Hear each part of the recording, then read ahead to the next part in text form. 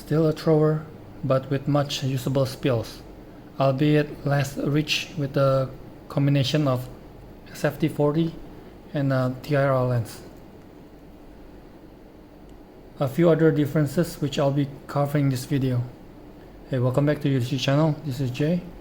As usual, I don't really cover the specs or the stats, mostly just my observation and opinion on the light itself. It is using the same body as the Skywalker SK01s LEP version, which I just reviewed recently. I won't repeat the same parts, just focus on what's different from here downwards.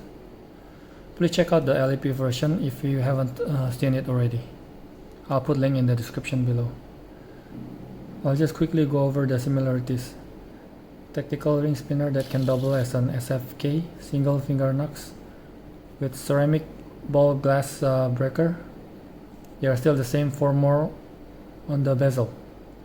Also the same stainless steel ring. Extended outer sleeve that can snap back in with the side switch, which also makes a fun fidget. It can be used as for a tail stand and also as a physical lockout to cover the button. With no control ring. Another difference is that the 6 slot for the tritium are see-through now, adding to the light effect from the new RGB multicolor dancing aux. There are 32 ambient light effects, 17 in the front and 5, still the same 5 at the tail. The ratio is kinda off though, I think. It's like 18500 as an analogy.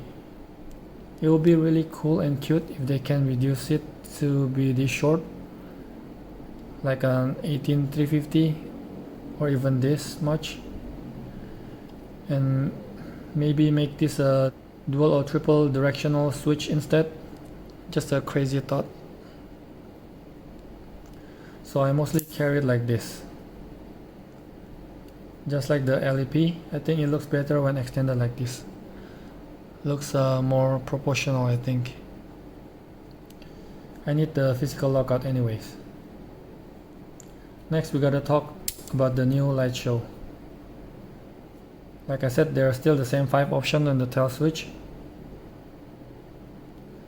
plus the additional 17 options on the front now. But 12 of them are actually just 2 patterns, spinning and breathing in 6 different colors. If you combine them together, there are 85 combinations, but you can't control or pick them individually. They just rotate in each order until it repeats again. I like this sign the best. I think it matches perfectly with the aesthetic and the design language.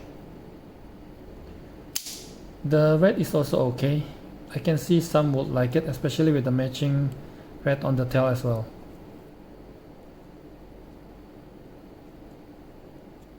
I'm neutral on the purple, not so much on the yellow, green or blue. They don't really look matching.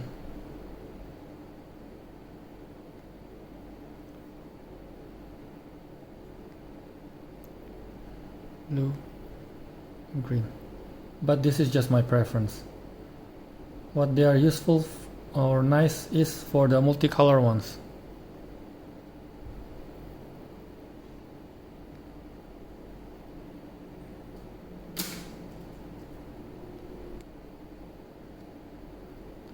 This multicolor, and then there is this breathing, which is also cool. Each time it changes color. Or this dancing one. I don't really mind them in this swapping mode, but what I like the most is the multicolors spinning.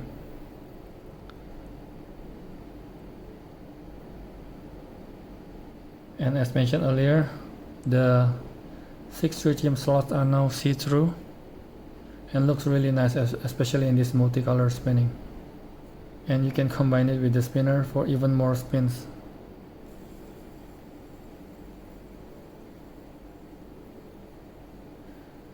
You still can't really spin it fast with the tactical ring, and I still haven't tried to take it off yet, but you can spin it slowly. Another interesting thing is that I noticed in one of the modes, this disco mode, they added the main white emitter as part of the disco. And get this, it's triggered only when the flashlight is moved. So there is some kind of movement sensor in the new head. So far this is one of my favorite implementation of multicolor RGB auxiliary. Here's another one.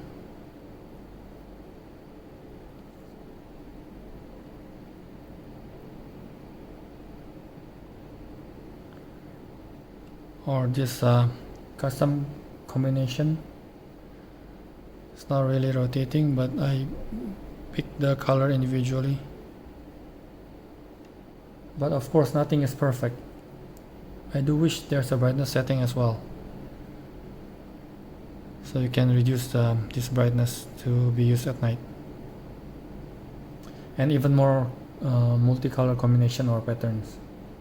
The modes and UI are exactly the same. I won't say much since I've already sort of covered it in the LEP video. Hold for moonlight or low, and keep holding to activate the auxiliary.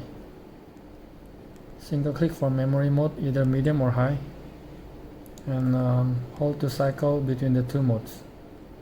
Single click again for off. Double click for turbo, and triple clicks for the special modes.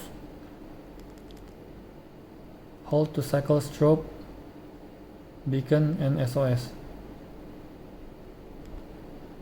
Quad click for the software lockout.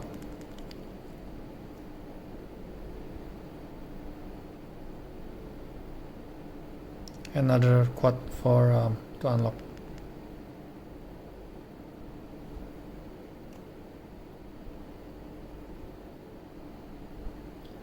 I'm quite familiar with SFT40.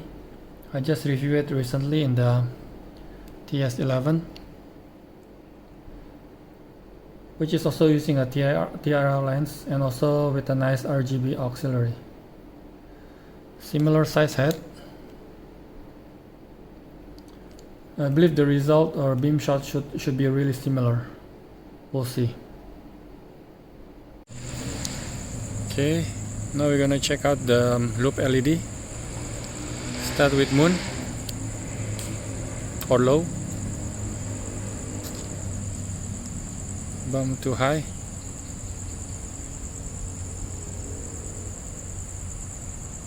and turbo.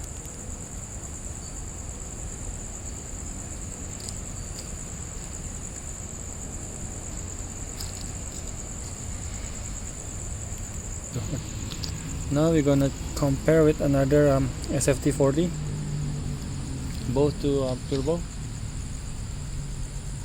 loop turbo, and another SFT40 turbo. It might be the battery.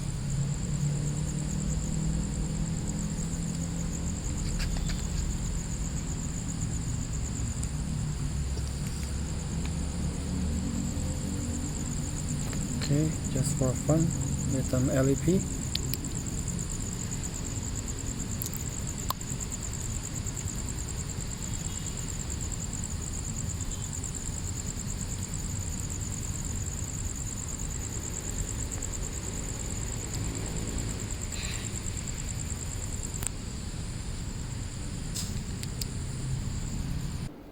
Overall, I think the LED version is okay.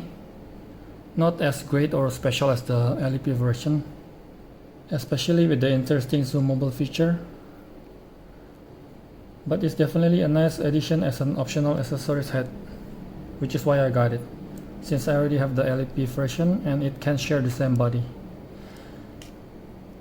Look forward to the next version, SK02. Okay, that's it for now. Thank you guys for watching. As always, don't forget to like and subscribe. See you guys in the next one. Bye now.